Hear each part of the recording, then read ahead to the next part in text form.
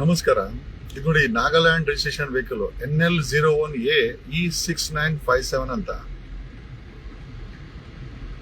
ನೋಡಿ. ಈ ತರ ವೆಹಿಕಲ್ಗಳನ್ನ ಔಟ್ ಆಫ್ ಸ್ಟೇಟ್ ರಿಜಿಸ್ಟರ್ ಮಾಡಿ ಬೇಸಿಕಲಿ ನಾಗಾಲ್ಯಾಂಡ್ ಅಲ್ಲಿ I think once in a year 80,000-90,000 ಬರುತ್ತೆ.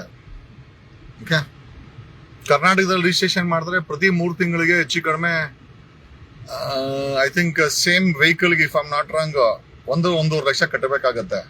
ಆದ್ರೆ ನಾಗಾಲ್ಯಾಂಡ್ ಅಲ್ಲಿ ರಿಜಿಸ್ಟ್ರೇಷನ್ ಮಾಡಿದ್ರೆ ಐ ಥಿಂಕ್ ಪೂರ್ತಿ ವರ್ಷಕ್ಕೆ ಇಫ್ ಐಮ್ ನಾಟ್ ರಾಂಗ್ 60,000-80,000 ರೂಪಾಯಿ ಅಷ್ಟೇ.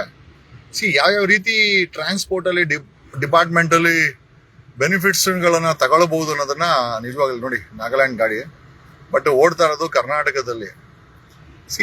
Basically it's a loss for state exchequer. ಆಮೇಲೆ ಅಟ್ ದ ಸೇಮ್ ಟೈಮ್ ಕರ್ನಾಟಕದ ನಮ್ಮ ರೋಡ್ ಟ್ರಾನ್ಸ್ಪೋರ್ಟ್ ಡಿಪಾರ್ಟ್ಮೆಂಟ್ ಇದೆಯಲ್ಲ, ಅವ್ರಿಗೂ ಕೂಡ ಸಹ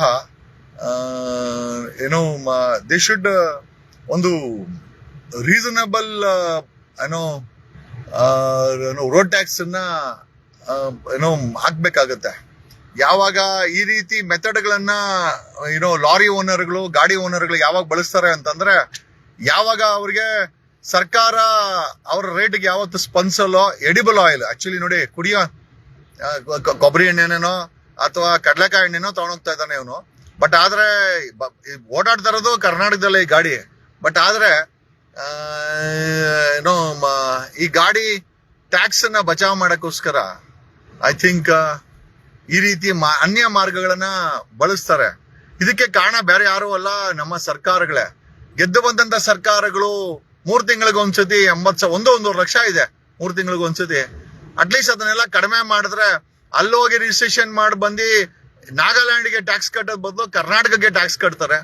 ಬರೀ ಈ ರೀತಿ ಲಾರೀಸ್ ಒಂದೇ ಅಂತಲ್ಲ, ನಮ್ಮ ಕರ್ನಾಟಕದಲ್ಲಿ ಬಸ್ಗಳಿದೆ, ಪ್ರೈವೇಟ್ ಬಸ್ಗಳಿದೆ.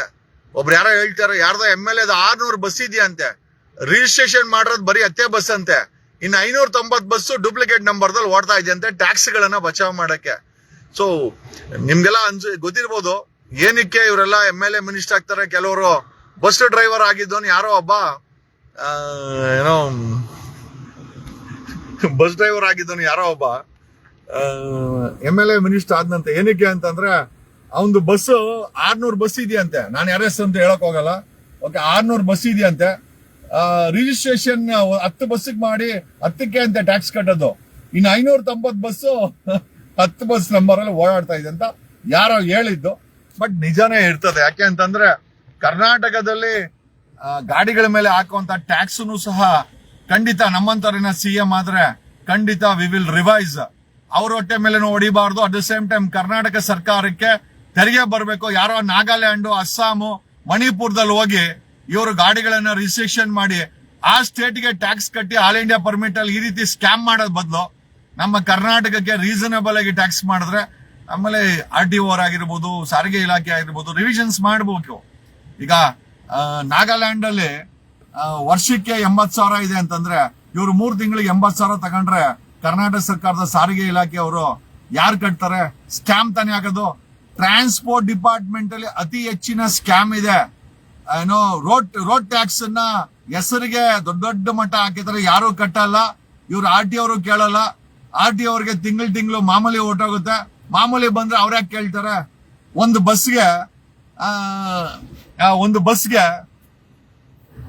1 ನಂಬರ್ ತಗೊಂಡು 1 ಟ್ಯಾಕ್ಸ್ ಕಟ್ಟಿ 10 ಬಸ್ ಓಡಿಸ್ತಾರೆ.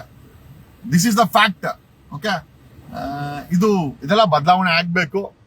ಒಳ್ಳೆ ವ್ಯಕ್ತಿಗಳು CM ಆದಾಗ ಈ ಟ್ಯಾಕ್ಸ್ ಎಲ್ಲ ಬರುತ್ತೆ. ಒಳ್ಳೆ ವ್ಯಕ್ತಿಗಳು CM ಕುರ್ಚಿಲಿ ಕೂತ್ಕೊಂಡಾಗ ಇದನ್ನೆಲ್ಲ ರಿವಿಷನ್ ಆಗುತ್ತೆ. ಒಳ್ಳೆ ವ್ಯಕ್ತಿಗಳು CM ಆದಾಗ ಇಂಥ ಸ್ಕ್ಯಾಮು ಕೂಡ ನಿಂತು ಹೋಗುತ್ತೆ ಅಂತ ಹೇಳುತ್ತಾ ಲೈವ್ ಅನ್ನ ಮುಗಿಸ್ತಾ ಇದ್ದೀನಿ. ಥ್ಯಾಂಕ್ಸ್.